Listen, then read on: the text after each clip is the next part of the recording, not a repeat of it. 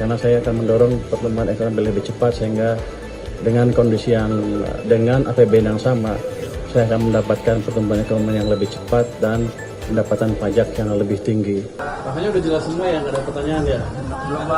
Tapi yang pertama saya ingin mengucapkan apresiasi kepada DPR sehingga pembahasan APBN dan anti APBN 2026 berjalan dengan lancar dan mulus, dan di dalamnya ada semua, mungkin nggak maksimal tapi optimal, yang bisa menjaga pertumbuhan ekonomi dan menjaga stabilitas di seluruh masyarakat kita. Ada pertanyaan?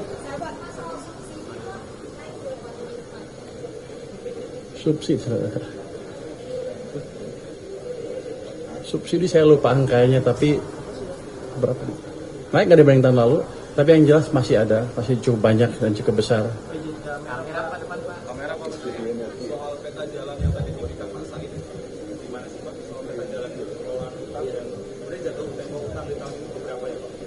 Oh, kalau kita lihat kan ada yang dari Demokrat kalau nggak salah bilang kan harus di manage secara countercyclical. Artinya antara dia bilang harus di manage secara bijak dan countercyclical, dalam pengertian gini, kalau ekonominya kekencengan ya nggak usah kebanyakan utangnya, tapi kalau ekonomi butuh stimulus ya kita kasih stimulus dari ekonomi, dan mungkin dalam hal itu akan harus menambah utang. Jadi itu utamanya. Jadi batas-batas utang itu harusnya nggak rigid, tapi tergantung pada kondisi ekonomi. Tapi kalau saya lihat ke depan, harusnya kita nggak akan terpaksa menambahkan utang lebih, karena saya akan mendorong pertumbuhan ekonomi lebih cepat, sehingga dengan kondisi dengan APBN yang sama, saya akan mendapatkan pertumbuhan ekonomi yang lebih cepat dan pendapatan pajak yang lebih tinggi.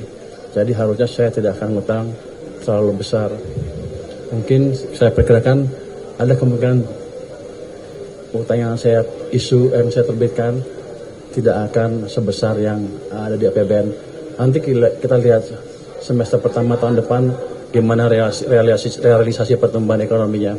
Saya pikir dengan memanage uang yang betul, yang baik, di mana uang pemerintah tidak mengganggu ekonomi, itu aja udah tambahan sedikit yang signifikan ke pertumbuhan ekonomi, dan otomatis ke pendapatan pajak kita. Kalau saya nggak salah hitung, setiap tumbuh 1%, tambahan tumbuh 1% ekonomi, saya dapat tambahan income sekitar 220 triliun atau lebih. Jadi itu yang kita kejar. Kalau tambah 0,5%, income saya tambah 110 triliun. Jadi itu yang kita kejar nanti. Maaf ya, belum Pak.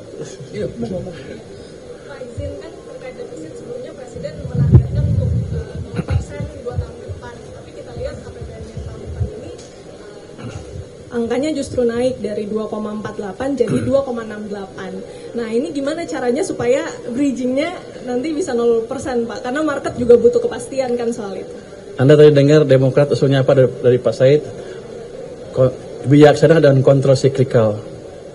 Itu tadi, kalau lagi butuh kita dorong, tapi kalau nggak butuh kita kurangi. Kalau seperti sekarang, keadaan seperti sekarang, saya potong semua, let's say belanja daerah nggak saya tambah, yang lainnya saya potong, ketika ekonomi lagi melambat, akibatnya apa? Anda udah lihat kan beberapa minggu yang lalu ada yang mau besar-besaran. Anda mau itu? Jadi si pemerintah harus memikirkan itu juga, SNP dan lain-lain. Kita butuh stabilitas makroekonomi dan sosial politik untuk membiayai pertumbuhan yang lebih cepat, untuk memberi ruang bagi ekonomi untuk tumbuh lebih cepat. Kita lebih sedikit sekarang nggak apa-apa, toh masih di bawah 3%, kita jaga di bawah 3% kan. Jadi masih amat prudent. Kalau Anda lihat ya, Anda pernah belajar ekonomi nggak? 3% dan 60% itu berasal dari Maastricht Treaty, ikutan dari Eropa ya. Katanya itu adalah pegangan yang paling strict di dunia. Rasio utang ke PDB nggak boleh dari 60%, rasio defisit ke PDB setiap tahun nggak boleh di atas 3%. Kita masih memegang itu dengan baik sekali, walaupun keadaan seperti sekarang ya, dengan masukan Pak Said dan Pak Yadi juga seperti itu. Kalau Anda bandingkan dengan Eropa gimana? Jerman aja udah hampir 100% ke PDB, Amerika 120% lebih, Jepang 250% katanya. Kita amat prudent. Jadi kalau nanti ada rating agensi yang mempertanyakan itu, suruh bandingkan negara-negara yang lain yang maju yang jadi acuan dia. Habis itu suruh bawa cermin. Tapi target 0%-nya Pak. Ya.